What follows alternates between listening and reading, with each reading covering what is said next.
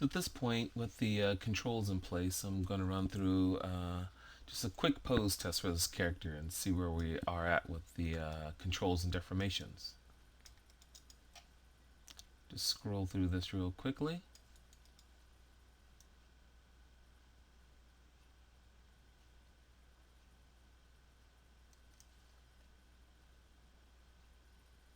Okay, let's go through and make sure we can deal with certain poses and trouble areas. So here let's open our mouth, just get it wide. So here's a pose where we're getting interpenetration in the lower teeth. So let me open up the GUI here. Make sure that we have the controls to deal with this. For this, I'm going to select the lower teeth and use a combination of translation and scale to reduce the interpenetration.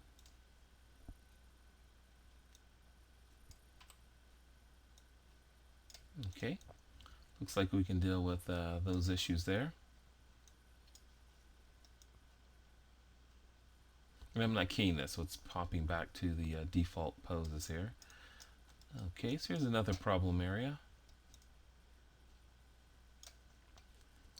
I'll use the little translate on the upper teeth, deal with that. Lower teeth, we'll do a little bit of translation and scale.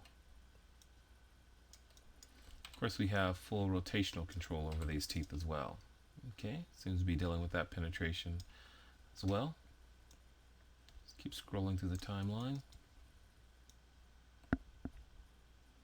Okay, so there's our ear, all joint driven. Same time we have our nostril, pretty good range of motion there. There's our cluster with the side of the mouth.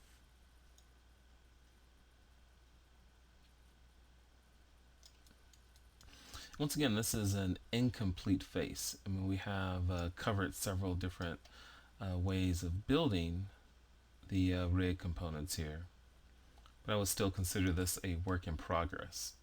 And this tutorial is mainly just to show you different approaches for how to build this face. Okay, so there we have a snarl, quite a bit of interpenetration with the teeth here. Let's grab this, try a little scale, tuck that in there, and scale it back a little also.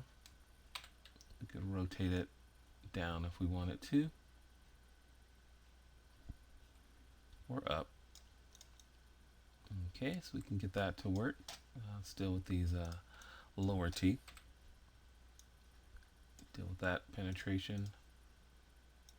Deal with that interpenetration. Okay.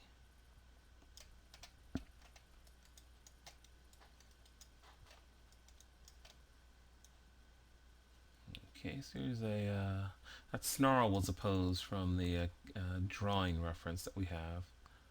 And this is sort of cockmouth pose here is another one. Looks like we're doing okay with the controls that we have.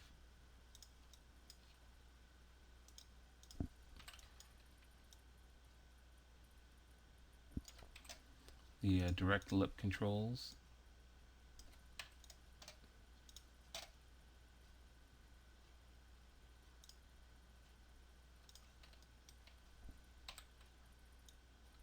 Our lip controls here.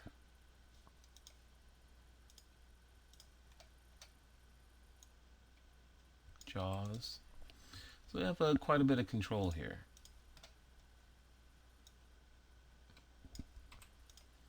And I think we'd be able to get very close to a lot of the poses that we have in our drawings.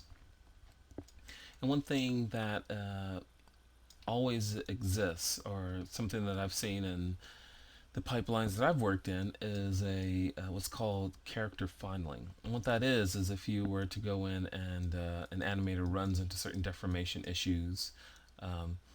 You know, no rig is 100% foolproof, so that department would go in and whether they're character TDs or a separate department, go in and just sort of fix things that are going on with the face here.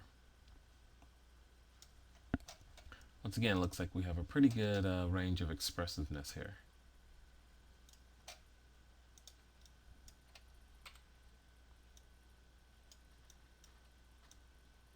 Not too bad. And these controls are quite flexible. You can do quite a bit with them. We have very good feedback. Okay, so once again, just a quick deformation test just to see where we are with this rig. See if we're heading in the right direction. We've been able to hit some of the poses of our character based on the 2D reference. And looks like we're doing okay here. One thing to keep in mind, this is a work in progress, just an example rig, but looks like we're doing okay here in terms of the range of deformation as well as the controls available to an animator. Now this rig is geared more toward direct controls. It's a mix of direct controls and blend shapes. With direct controls in the lips as well as the brow, blend shapes for the nostrils, direct controls all throughout the face. A little cluster based on the distance of the side lip controller. But the point of this tutorial is to mix and match the controls and deformations that you need to get the type of control that you need for your particular character. There's no one size fits all. Hopefully you will have learned through these tutorials just a range of different approaches to use throughout the face of a character.